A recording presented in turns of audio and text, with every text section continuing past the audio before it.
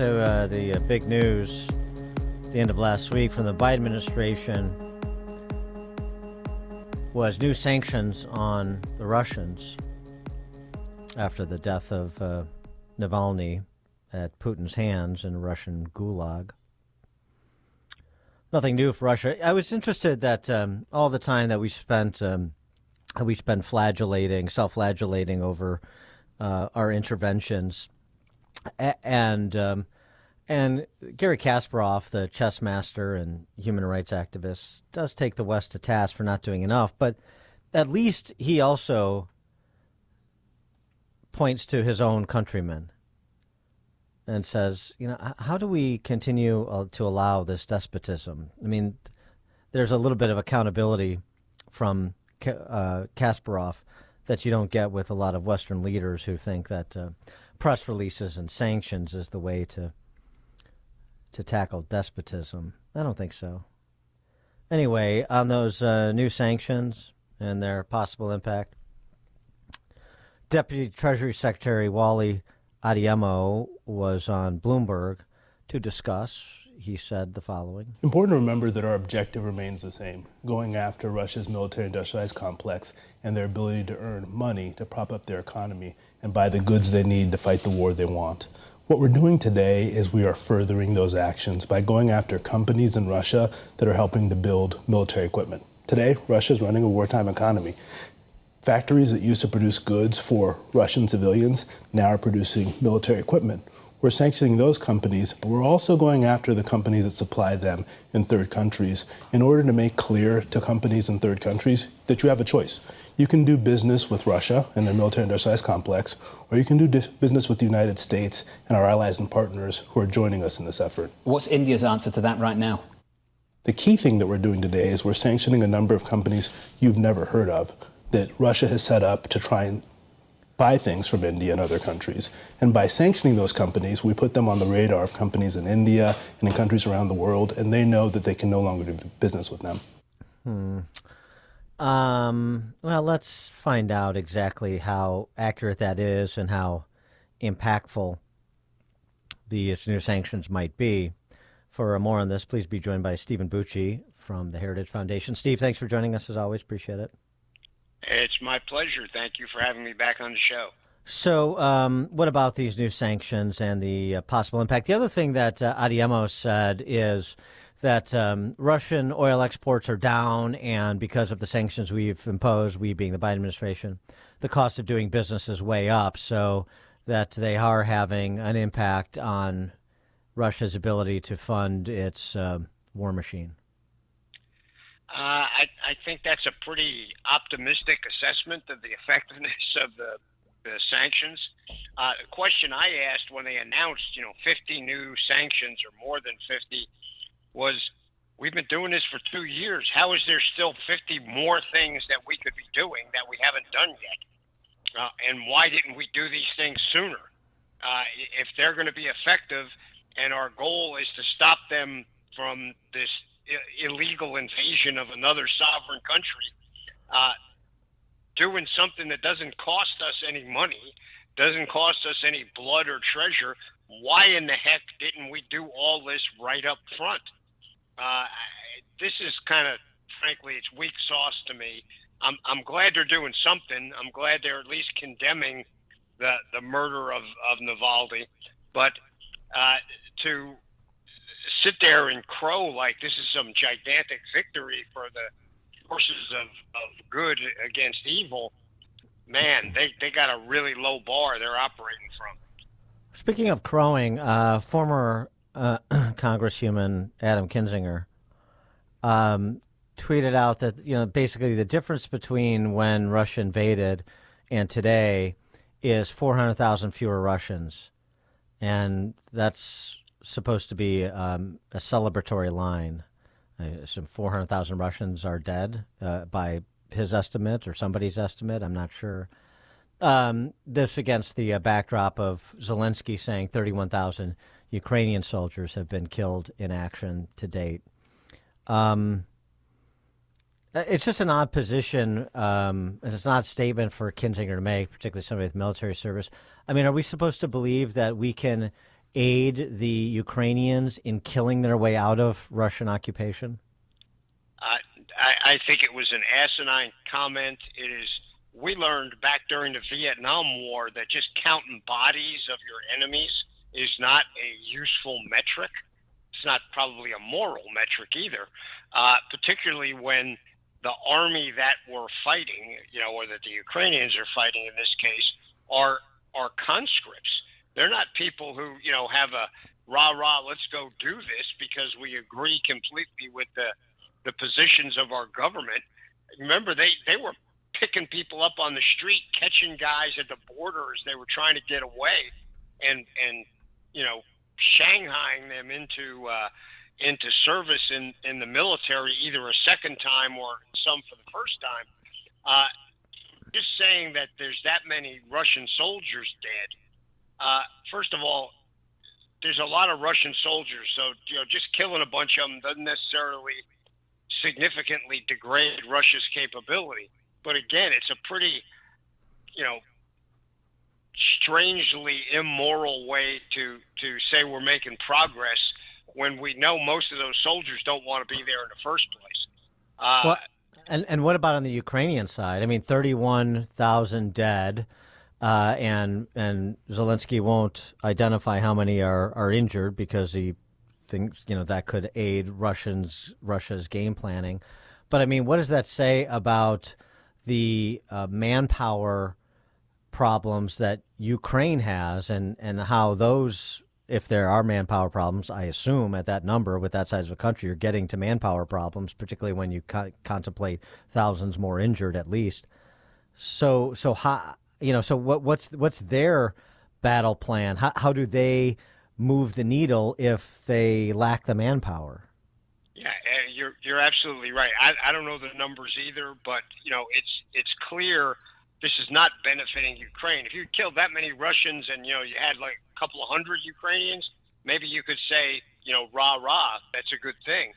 I still think it has that immoral aspect of people dying that are not the decision makers. But you're right. That's a lot of troops for Ukraine. Ukraine's a big country, but it's not anywhere near as big as Russia, and it's not including civilians that have died in Ukraine. There's not that many civilians that have died on the Russian side, or even if you throw in the part of Ukraine that Russia was previously occupying. But there's a ton of Ukrainian civilians who have died and very few Russians. So that actually costs you more psychically and public relations wise than the loss of the soldiers, because people, they're seeing grandma and grandpa dying, little children dying, young mothers dying that are not in the military. And Russia's really not taking that kind of hit. There's been a couple of strikes within Russia, but, darn near nothing compared to what's been going on inside Ukraine. So this kind of thought process, Kinzinger knows better than that. Even with my gross disagreements with Kinzinger about almost anything, that comment was really asinine, inappropriate, and frankly misleading. It's not helpful. We had Brett Baer on the show on Friday, and he obviously, I don't know if came back from Ukraine. He interviewed Zelensky, did a one-on-one with him, and he said that he was using the N-word, negotiating, that there is a possible negotiating between him and Putin. Do you have any details where your sources telling you anything about that? No, I have not heard anything about them being willing to give up ground or, cede Crimea forever or Eastern Ukraine forever. But, you have to think that they're at least considering it. This has been a pretty tough slog for the Ukrainians. They've fought well. They've as the expression goes, they punched way above their weight, mostly because the West was helping them and giving them what they needed to do that. They have my respect for defending their own country against a much bigger adversary. But, after 2 years and with the stalemate essentially that we've seen of late, it's kind of tough to be really optimistic that they're going to, boot the Russians out of all of Ukrainian territory, as they hope to do once this thing first got started. So at CPAC over the weekend, a couple of foreign dignitaries were present to address the assembled. It wouldn't be a surprise to see Nigel Farage, who was there, or even Javier Milei, the newly minted president of Argentina, because he's a free market capitalist. But it was interesting to see Nayib Bukele, the president of El Salvador, there, and for him to address. Particularly, he started on the left in El Salvador, and he was thrown out of his own party, and then he rode to sort of a populist. I get the connection, but he rode to sort of a populist victory there, and then an unbelievable reelection because he put away all the gangbangers, and this was essentially the thrust of his talk at CPAC, how you quell violent crime and what he sees in America's big cities. That compares to what San Salvador looked like before he took over. Take a listen. The disease that had begun with mild symptoms got worse and worse. It became a cancer that seemed incurable. We are already seeing these symptoms in the United States. Big cities in decline like Baltimore, Portland, New York, just to name a few. Places where crime and drugs have become the daily norm and even accepted and promoted by the government. How many young people have you lost to the streets of Philadelphia or San Francisco, to fentanyl? Did we see these apocalyptic sights 15, 10, 5 years ago? Can you imagine how it will be in the next 5, 10, or 15 years? The same thing was happening in El Salvador. In the span of less than a decade, gangs took control of all the country and our society. They evolved into a parallel government, controlling elections and even political parties. Every aspect of the daily life of most people was controlled by the gangs. Murder capital of the world is a tragic title to hold. Getting rid of that was the bare minimum we had to achieve in order to even start thinking about rebuilding our country. So what's your take on Bukele? That message is not particularly controversial. Some of the means by which he used to get control of his country back would be controversial in an American context. What's your view? Well, if you look at it more generally, what's the best way to stop crime? Enforce your laws. That's kind of what he said. Now, they went obviously to levels that we probably wouldn't be comfortable with some of the means with which they broke up those gangs and imprisoned them. And the way they treat them in their prisons is very different than what we can do in ours by statute. But we have laws on the books. We have rules for, bail and things like that are on the books. They're not something you have to invent, but we have district attorneys, we have mayors, we have governors around the country who are choosing not to enforce those laws, to not apply them to certain classes of people, not to apply them to certain crimes, instead of saying, you know what, enough's enough. We're going to go by the letter of the law, and if you do X, violate the laws, we are going to catch you, we're going to put you in jail, and we're going to keep you there.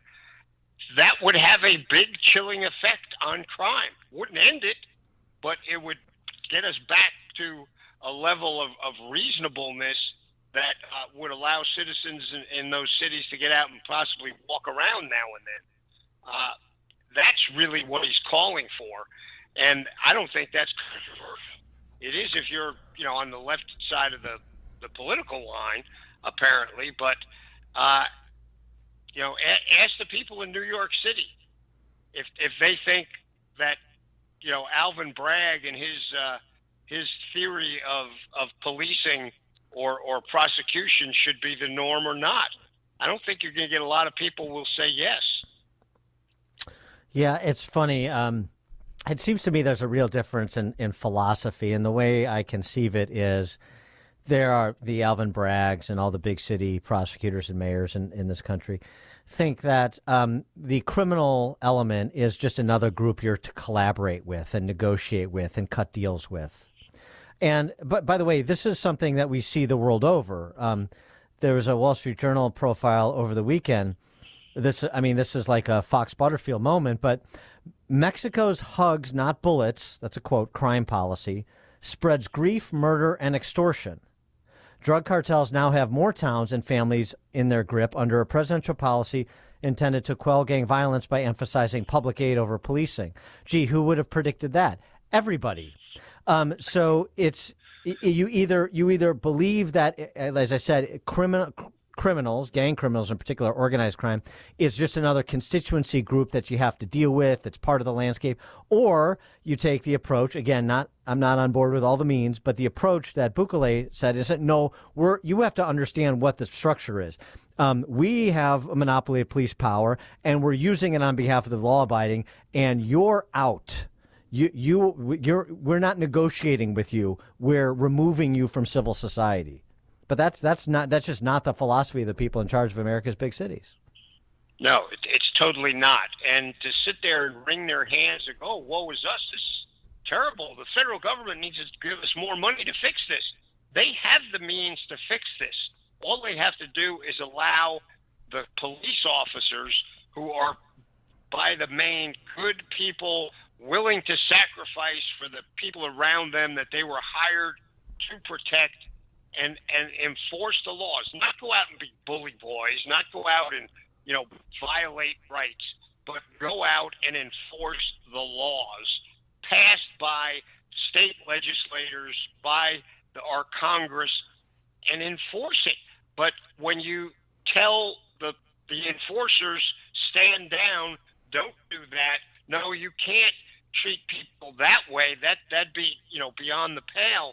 Okay, either change the laws or allow them to be enforced. But right now we're in this limbo where, in positions of power have decided they know more than all the people you and I elected to pass laws, and they're just letting things go. The revolving door, if they do arrest somebody, they come in, they book them, and they release them. No bail. No restrictions, and they literally walk out the door of the police stations and commit more crimes, within 100 yards of the police department. That's insane. Stephen Bucci served America for 3 decades as an Army Special Forces officer and top Pentagon official, visiting fellow at the Heritage Foundation's Allison Center for Foreign Policy Studies. Steve Bucci, thanks as always. Appreciate it. It's my pleasure. Thank you for having me back again. Thank you, and he joined us on our turnkey.pro answer line. Connect with Dan and Amy on the AM 560 The Answer mobile app. Just text the word app to 64636 to download the app today. Tune in every Saturday afternoon at 3 for the Money Hour Radio, brought to you by Pierre Shale Financial Group. Learn estate and tax planning strategies, choosing the right IRA, and the ever-important decision,